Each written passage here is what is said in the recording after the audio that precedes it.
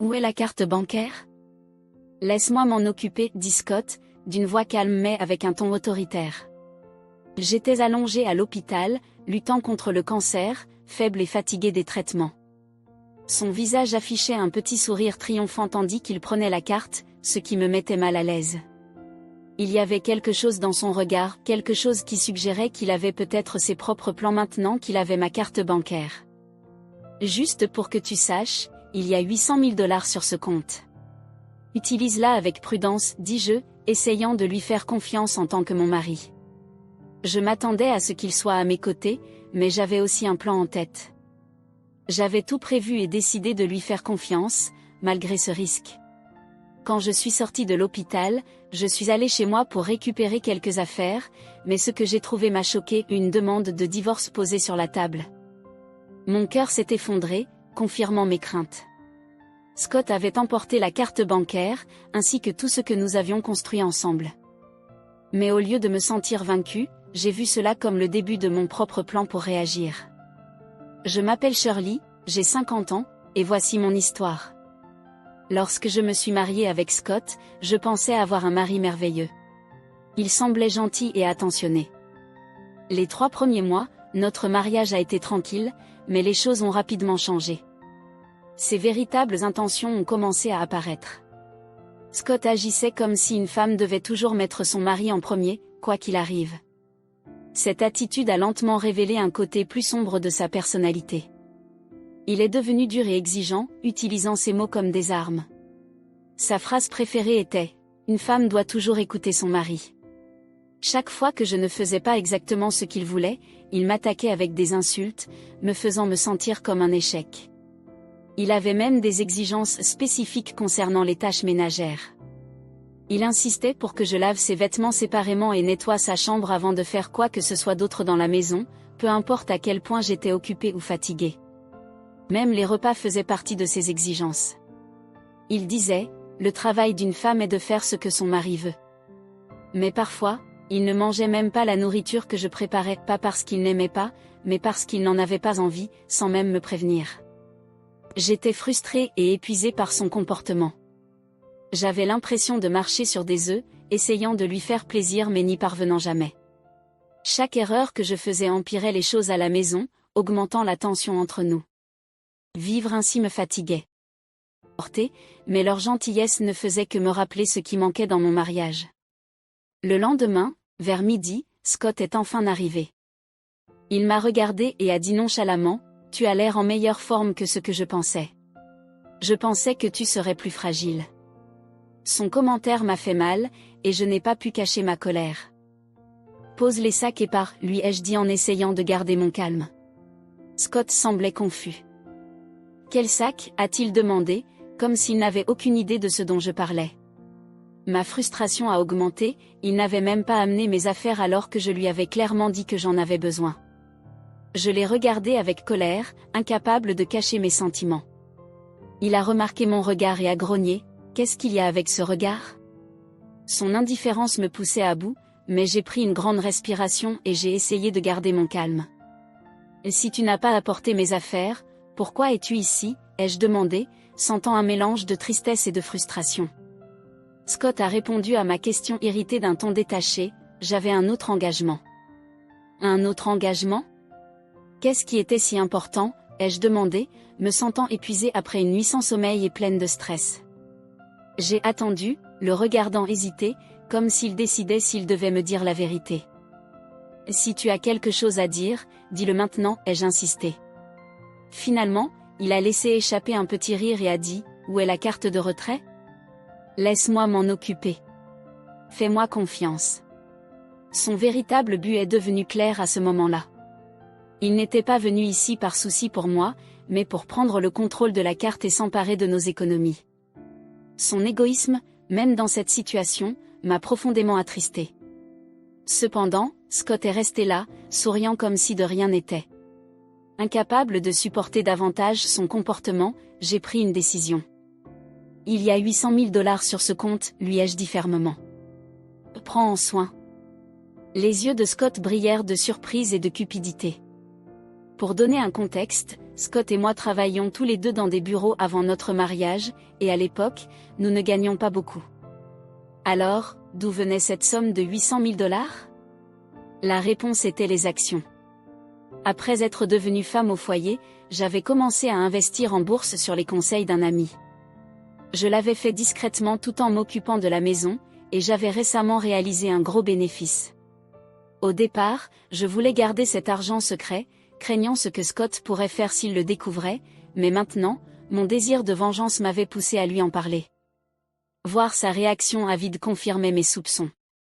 Le carte de retrait est dans le 3e tiroir de l'étagère, dis-je avec un sourire doux. Tu peux la prendre. Scott semblait stupéfait, mais se remit rapidement. Compris, répondit-il avec enthousiasme. Il était clair qu'il pensait avoir gagné, sans se rendre compte qu'il était tombé dans mon piège. Je vais te laisser tout ça, dis-je, alors qu'il sortait de la pièce, visiblement excité à l'idée de mettre la main sur l'argent. Ce qu'il ignorait, c'est que retirer une somme aussi importante prendrait du temps. Les banques étaient fermées ce jour-là à cause d'un jour férié, et Scott aurait du travail le matin suivant, ce qui signifiait qu'il ne pourrait pas accéder à l'argent immédiatement. Cela me donnait l'occasion parfaite pour mettre mon plan à exécution. J'ai parlé à mon médecin et obtenu l'autorisation de sortir brièvement de l'hôpital. Demain serait le jour où ma vengeance commencerait. J'avais hâte. Le lendemain, je suis allée chez moi sous prétexte de récupérer quelques affaires, mais ma véritable raison était de vérifier autre chose. En entrant dans le salon, j'ai remarqué 3 papiers sur la table, une demande de divorce et une lettre écrite à la hâte. La lettre disait « Désolé pour la précipitation, mais nous allons divorcer. Merci de signer et de remettre les papiers de divorce. » J'ai vérifié l'étagère et confirmé mes soupçons, la carte de retrait avait disparu. Scott l'avait prise. La plupart des gens seraient dévastés de perdre une telle somme, mais au lieu de cela, un petit sourire se forma sur mon visage. Mission accomplie, murmurai-je pour moi-même. Si Scott avait été là, il aurait été furieux, exigeant de savoir ce que je voulais dire par là.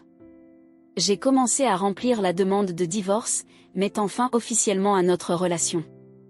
Ensuite, j'ai préparé l'essentiel dont j'avais besoin pour mon séjour à l'hôpital. Quitter la maison que nous avions partagée pendant des années était étrange, mais je ne me suis pas retournée.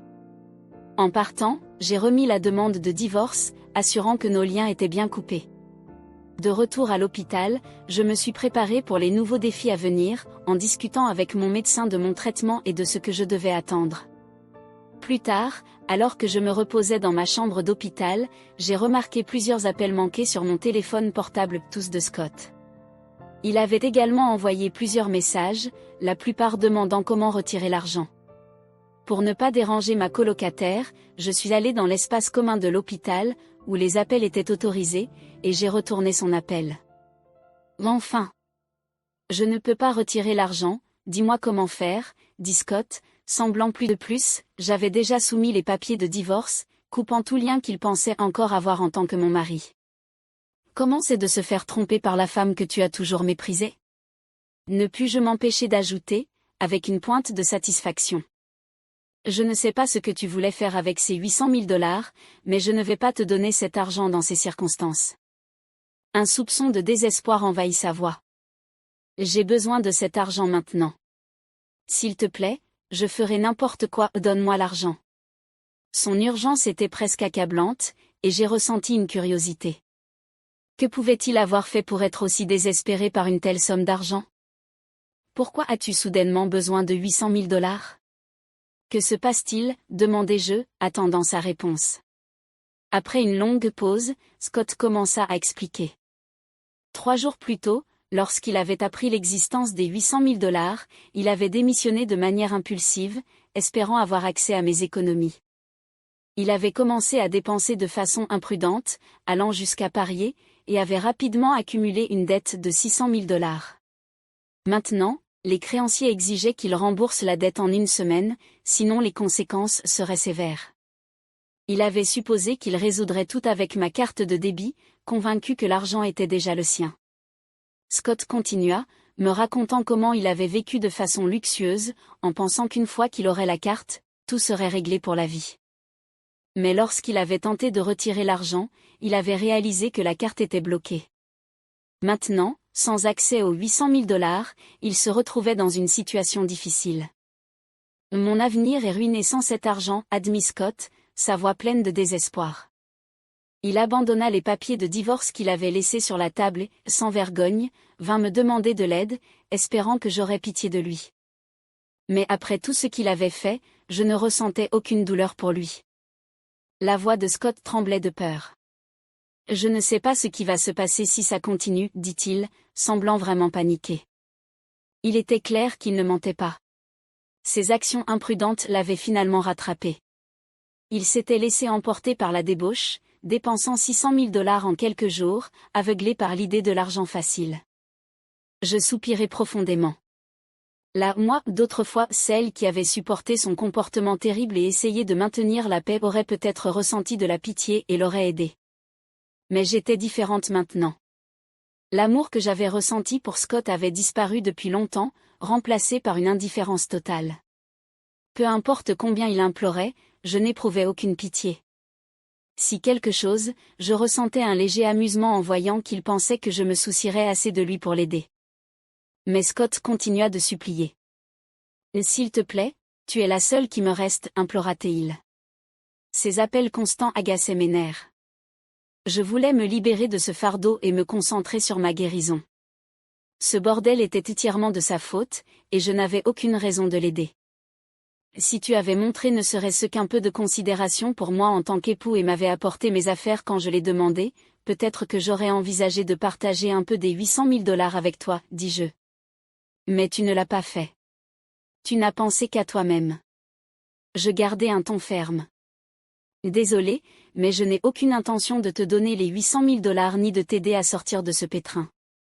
C'est ta responsabilité de gérer les conséquences. Le désespoir de Scott augmenta. Ne sois pas aussi cruel. Après tout, nous étions mariés. Tu ne peux pas simplement effacer tout ce que nous avons eu à cause d'un bout de papier. Quelle relation, rétorquai-je, ma voix tranchante. Tu t'es toujours appuyé sur moi, profitant de chaque occasion. Maintenant, tu essaies de me manipuler pour obtenir ce que tu veux. Je refuse de perdre plus de temps avec toi, et je ne vais pas te donner les 800 000 $, peu importe ce que tu dis. La voix de Scott devint frénétique. Et s'il te plaît, Shirley, je t'en supplie. Tu es la seule personne en qui je peux avoir confiance. Si tu me laisses, je ne sais pas ce qui va se passer.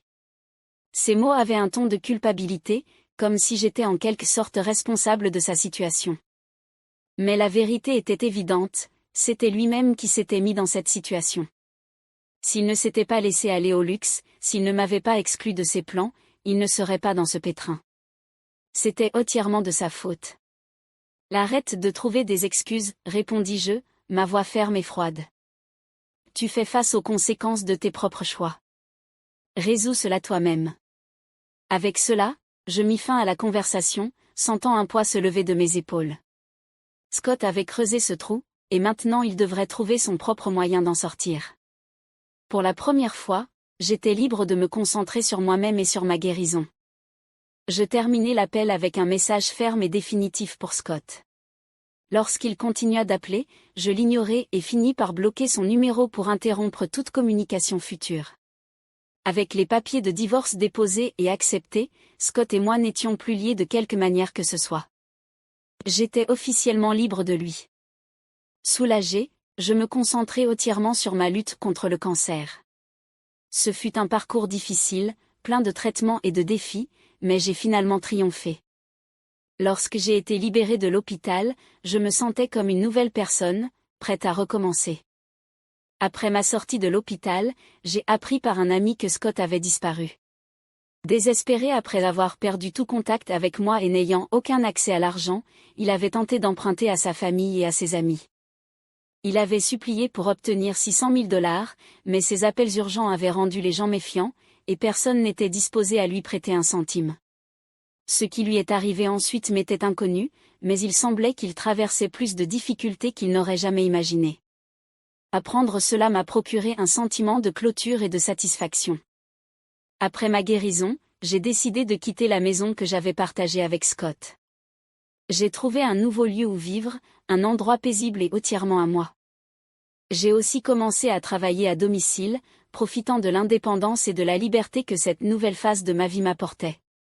Mes finances étaient sécurisées, et je me sentais reconnaissante d'avoir le contrôle de ma vie à nouveau. Parfois, mes amis me demandaient si je prévoyais de rencontrer un nouvel amour ou d'envisager de me remarier. Les souvenirs de ma période douloureuse avec Scott ont rapidement mis fin à toute idée de mariage. J'ai appris à apprécier ma liberté, et j'adorais la paix de vivre seule.